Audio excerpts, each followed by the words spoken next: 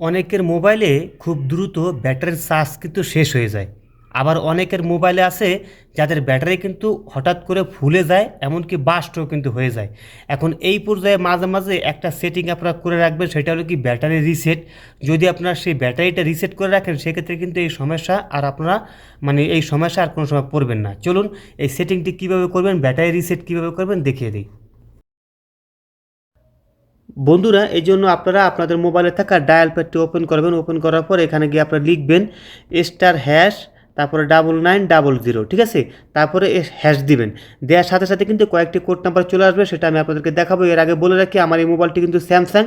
আপনাদের ফোনে, অনেকের ফোনে কিন্তু কাজ নাও করতে পারে। এর জন্য আপনার ফোনের যে মডেল নাম্বার সেটা অবশ্যই কমেন্ট করবেন, ঠিক আছে। তারপরে হ্যাশ চাপ দিবেন।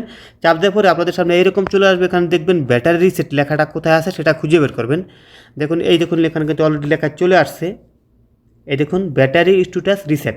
এটা আপনারা কী করবেন, রিসেট দিয়ে দেবেন। রিসেট করলে কী হবে, আপনাদের মোবাইলটা এরকমভাবে মাঝে মাঝে আপনার যে ব্যাটারিটা সেটা রিসেট করে রাখবেন। সেক্ষেত্রে আপনার মোবাইলের যে ব্যাটারি সেটা দ্রুত খারাপ হয়ে যাবে না, এমনকি আপনার মোবাইলটি আর ব্যাটারি কোনো সময় বাস্ট হওয়ারও কোনো সম্ভাবনা থাকবে না। সবাই ভালো থাকবেন, আর ভিডিওটা কিন্তু অবশ্যই একটা লাইক করে দেবেন।